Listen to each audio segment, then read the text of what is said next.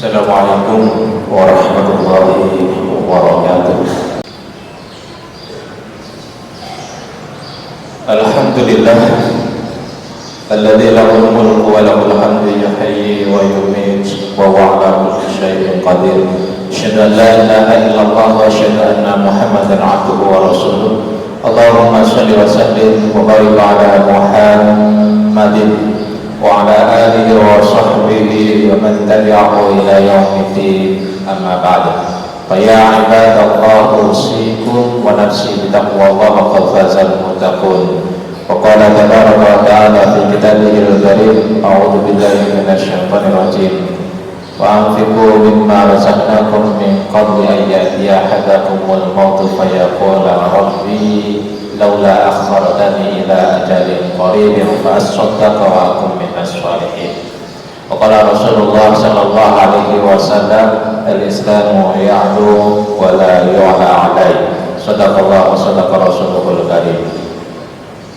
Hadirin jamaah Jumat rahimakumullah.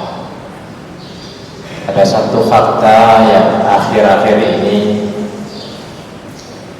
membuat keprihatinan yang sangat mendalam dalam diri kita, baik sebagai umat Islam maupun sebagai bagian daripada umat manusia, yaitu peristiwa konflik yang mungkin lebih tepat dikatakan sebuah penjajahan aneksasi yang dilakukan oleh Israel kepada Palestina. Terjadi konflik, perempuan banyak meninggal, orang tua banyak meninggal, anak-anak meninggal. Jumlahnya puluhan ribu. Kemudian masyarakat dunia, khususnya yang beragama Islam dan khusus lagi umat Islam di Indonesia, lalu berkumpul melakukan dua hal. Yang pertama, melakukan protes kepada peristiwa itu agar dunia kemudian mendengarkan lalu mengambil sikap sesuai dengan harapan ekspektasi kita. Yang kedua, crowdfunding, mengumpulkan dana yang kemudian digunakan untuk secara reaktif menyelesaikan persoalan logistik yang sedang dialami oleh masyarakat Palestina, khususnya di Gaza. Kemudian juga ada semacam himbauan, bahkan saat ini sudah mulai keras. MUI membuat fatwa haram untuk kita membeli dan menggunakan terhadap produk-produk yang ikut membantu kepada Israel. Tidakkah hal ini setiap tahun terulang, bahkan beberapa kali dalam satu tahun? Benturan anak mati, ibu meninggal, kakek-kakek meninggal, jumlahnya ribuan, puluhan ribu, belasan ribu. Lalu kita kumpul lagi, protes lagi, demo lagi, kumpulin crowdfunding lagi, bantu logistiknya. Tahun besok begitu lagi terjadi, semacam sebuah rutinitas yang terus menerus. Ini tidak salah. Reaksi dibutuhkan, reaksi diperlukan untuk kita melakukan sebuah protes. Tetapi yang perlu kita pikirkan mesti ada ujungnya. Bagaimana upaya untuk semua yang kita lakukan, umat Islam khususnya di Indonesia, menghentikan apa yang dilakukan oleh Israel, yang pada akhirnya tujuan mendorong Palestina untuk merdeka itu terwujud. Pertanyaan yang paling mendasar, apa yang sudah kita lakukan dengan kesungguhan ini, apa yang kita lakukan semacam ritual tahunan ini, pernahkah kita membayangkan satu imajinasi yang terukur kapan kira-kira dengan tindakan ini Palestina akan merdeka? Kapan dengan tindakan ini kemudian Israel berhenti menyerang? Jawaban ini belum ketemu. Inilah bagian dari kerja yang perlu kita upayakan. Jadi kerja itu bukan sekedar proses, tetapi mesti ada semacam kerja-kerja yang terukur dan kemudian berujung dengan terukur pula.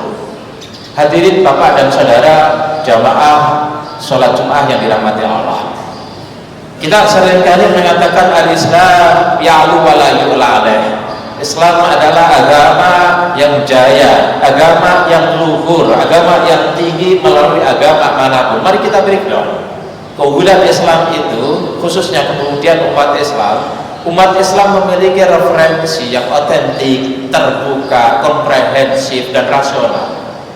Yang ini tentu ya'lu wa la yu'la alaih kalau kemudian kita bandingkan dengan kitab suci agama yang lain, dengan referensi yang jadi ideologi dan pegangan agama yang lain.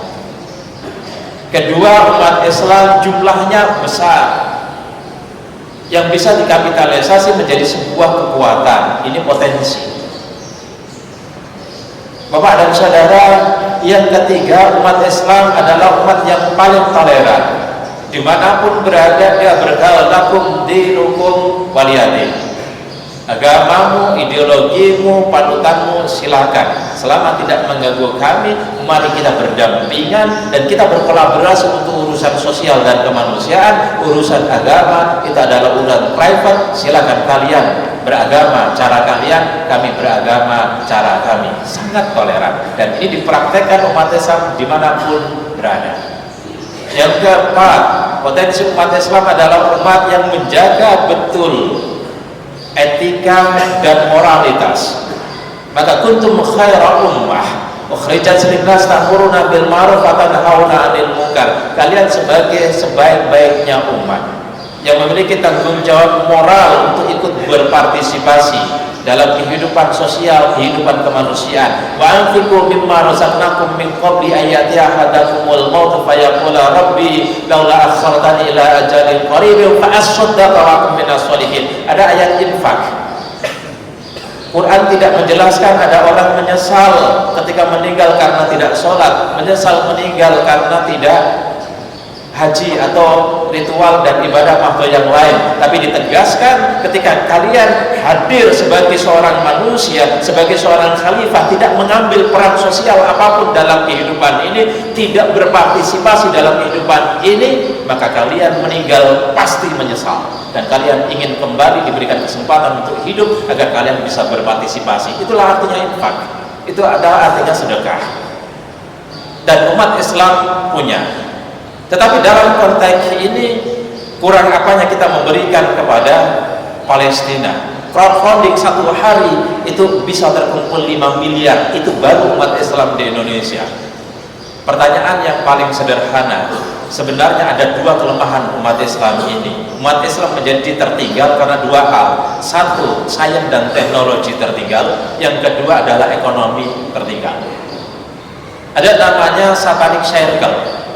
Masyarakat miskin kemudian melahirkan pendidikan yang miskin, pendidikan yang rendah, pendidikan yang rendah melahirkan SDM rendah, SDM yang rendah melahirkan etos kerja yang rendah, etos kerja yang rendah kemudian menghasilkan pendapatan yang rendah, pendapatan yang rendah menghasilkan kemiskinan dan terus menerus. Dan memang buktinya di Indonesia yang mayoritas umat Islam sarjana cuma 6%, lulusan SMA itu cuma 21,1%, lulusan SMP 34%, lulusan SD ke bawah 39,1%.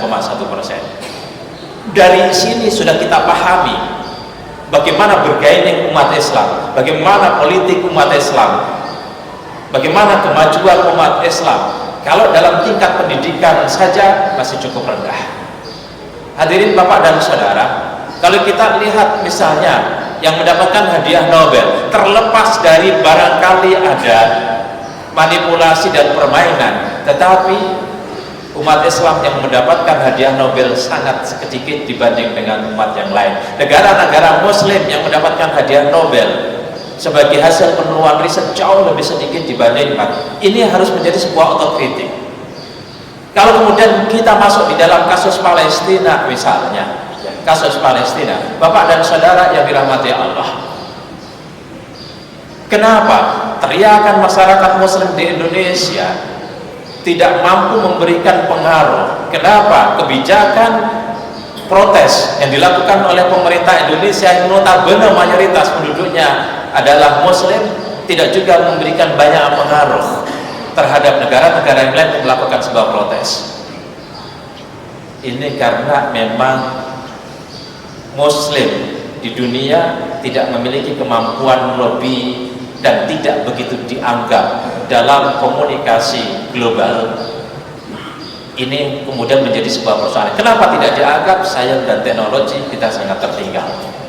Kalau kita lihat pendidikan kita dengan potret seperti itu, dan kemudian kita mengatakan 2045 kita akan lepas landas dalam konteks Indonesia, apakah rute yang sedang kita jalani hari ini tinggal 22 tahun kita akan menjadi negara maju dan lepas landas?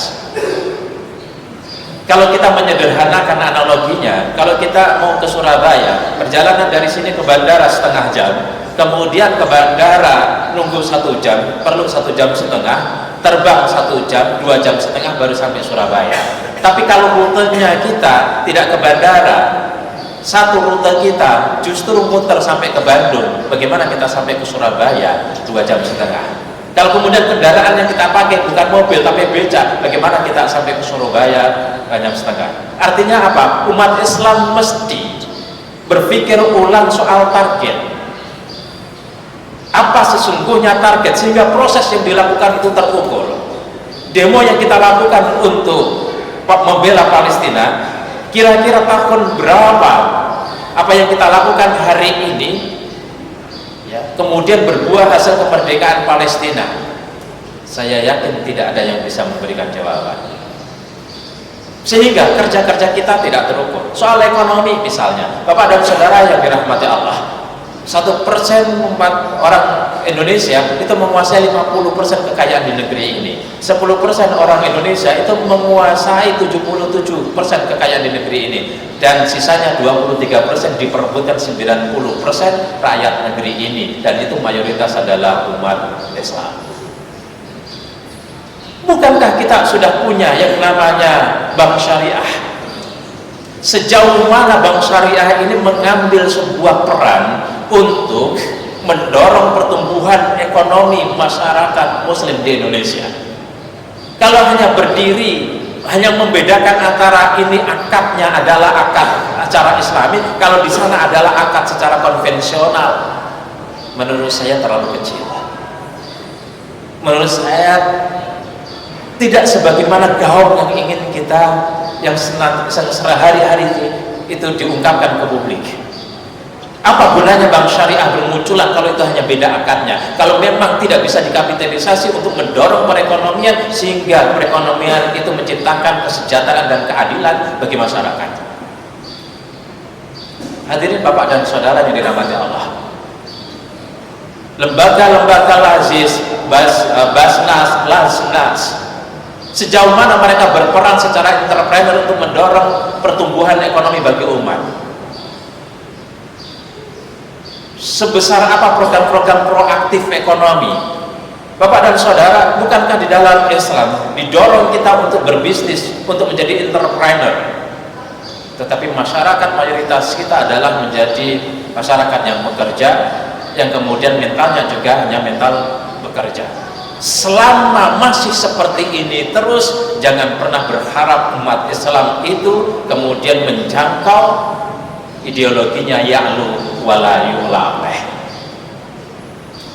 Hadirin Bapak dan Saudara, jamaah Jumat yang dirahmati Allah Subhanahu wa taala, dua hal ini menjadi persoalan. Kalau di dalam ayat dicari bahwa hadis begitu banyak soal sains, teknologi, ada cerita tentang Nabi Sulaiman dan Nabi Daud memenangkan sebuah pertarungan dan kemudian menjadi adidaya dunia pada saat itu karena juga teknologi. Ekonomi sedemikian rupa, Rasulullah ketika pertama berjuang, Abu Bakar yang direkrut, Utsman yang direkrut, adalah orang-orang yang memang basic logistiknya cukup kuat.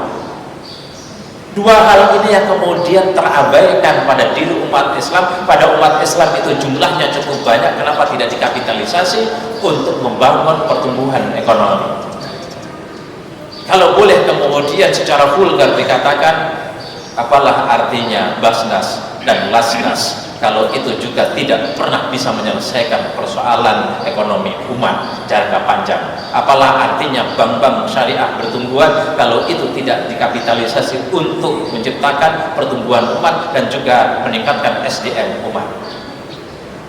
Mestinya ada roadmap 5 tahun, 10 tahun pertumbuhan ekonomi masyarakat Indonesia, disparitas yang begitu jauh menjadi, dan itu tidak bisa kita bebankan kepada pemerintah. Urusan dengan pemerintah tidak adalah urusan bagaimana kita memilih seorang pemimpin bangsa yang terbaik, yang mampu untuk membuat jarak yang pendek antara yang miskin dengan kaya, tetapi ruang-ruang ekonomi, ruang-ruang pendidikan masih kita bisa perbuat dalam rangka untuk memajukan umat Islam. Barakallahu li wa lakum fil Qur'anil karim wa nafa'ana wa iyyakum minal ayati wa dzikril hakim. Aqulu qouli hadza fastaghfiru innahu huwal ghafurur rahim. Allahumma shalli ala sayyidina Muhammad wa ala ali sayyidina Muhammad.